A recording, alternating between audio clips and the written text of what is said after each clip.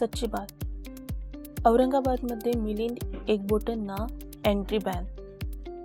हिंदुत्ववादी नेते मिलिंद एकबोटे यांना छत्रपती संभाजीनगर जिल्ह्यात प्रवेशबंदी घालण्यात आली आहे। 16 मार्च ते 5 एप्रिल 2025 पर्यंत हा आदेश लागू असणार आहे। प्रशासनाने ही कारवाई का केली?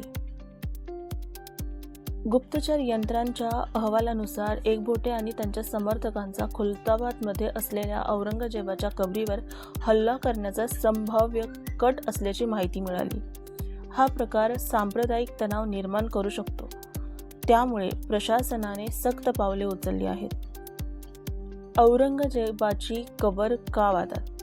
औरंगजेबाची समाधी खुलताबादमधील सुफी संत सय्यद झैनुद्दीन यांच्या दर्ग्यात आहे आणि ती सुरक्षित स्मारक म्हणून घोषित करण्यात आली आहे।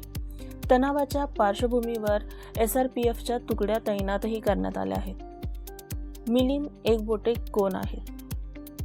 पुण्याचे माजी नगरसेवक आणि कट्टर हिंदुत्ववादी नेते, धर्मवीर संभाजी महाराज प्रतिष्ठान, हिंदू एकता मोर्चा, समस्त हिंदू आघाडी यासारख्या संघटनांशी संबंधित दरवर्षी संभाजी महाराज श्रद्धांजली यात्रा रॅलीचे आयोजन करतात, जी यंदा 29 मार्च रोजी होणार आहे। प्रशासनाचा कडक इशारा।